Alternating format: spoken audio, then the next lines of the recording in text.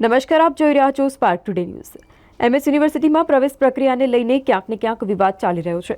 વિદ્યાર્થીઓ દ્વારા પ્રવેશ પ્રક્રિયાને લઈ હજી પણ આંદોલનો ચાલી રહ્યા છે અને તેવામાં સયાજી હોસ્પિટલ ખાતે આવેલી ફિઝિયોથેરાપી કોલેજમાં પ્રવેશ અંગેનું વધુ એક મુદ્દો સામે આવ્યો હતો, જેમાં રિયા શાહ નામની વિદ્યાર્થીનીને એડમિશન આપ્યા બાદ તમામ ડોક્યુમેન્ટ જમા કરાયા બાદ એડમિશન કેન્સલ કરી દેવામાં આવ્યું છે।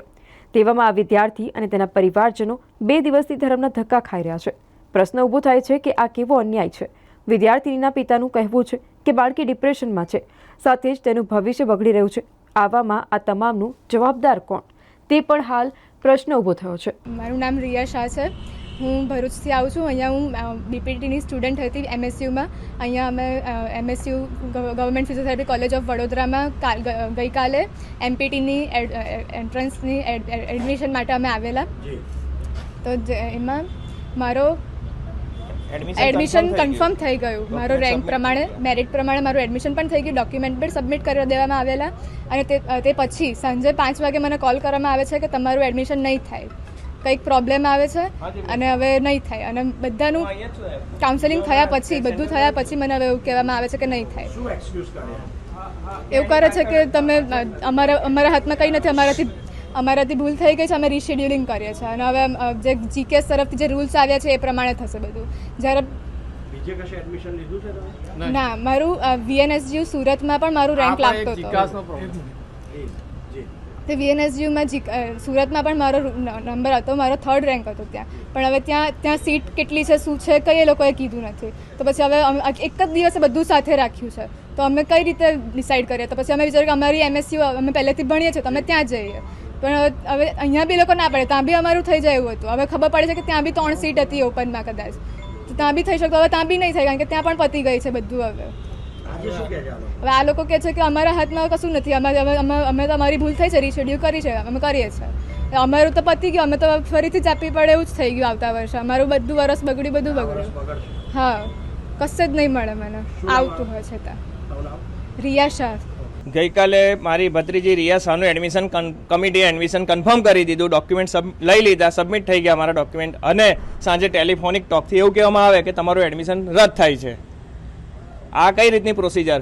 છતાં એટલે આજે અમે લોકો પાછા ભરૂચથી આવ્યા અને અત્યારે સવારથી અમે લોકો બેઠા છે, પરંતુ હજુ કોઈ જવાબ નથી મળ્યો। અમે પ્રયત્ન કરીએ છીએ, કોઈક વાર એવું કહે છે કે અમારાથી જરા ભૂલ થઈ ગઈ છે, અમારાથી ખોટી રીતે થઈ ગયું છે, પણ તો એડમિશન કમિટીની જરૂર શું? જો એ નિયમો ના જાણતા હોય તો એડમિશન કમિટી બનાવી શું કામ?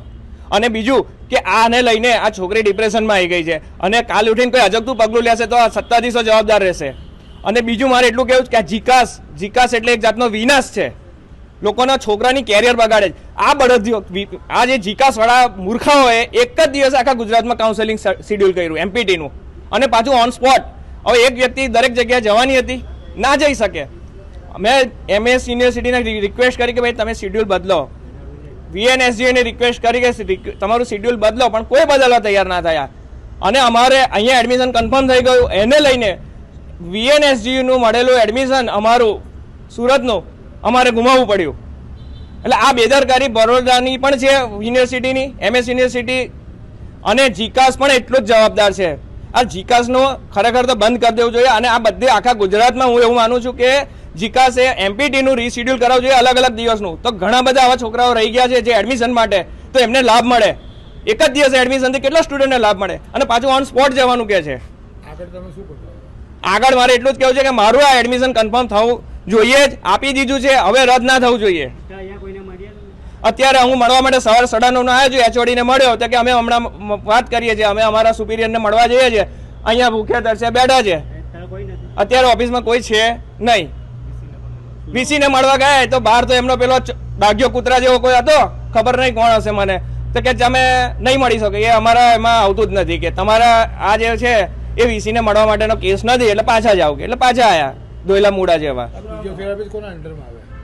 હવે એ તો ભાઈ અમને ના ખબર હોય ને। હવે આ તો શું છે કે એસએસજીના અંડરમાં આવે, પણ વીસી તો જવાબદાર ખરા ને યુનિવર્સિટી પ્રમાણે। પણ મારું શુભ નામ છે ગૌરવ શાહ, હું આ રિયાના કાકા થઉં, અને ભરૂચથી રોજ આ ધક્કા ખવડાવશે હવે એવું લાગે છે।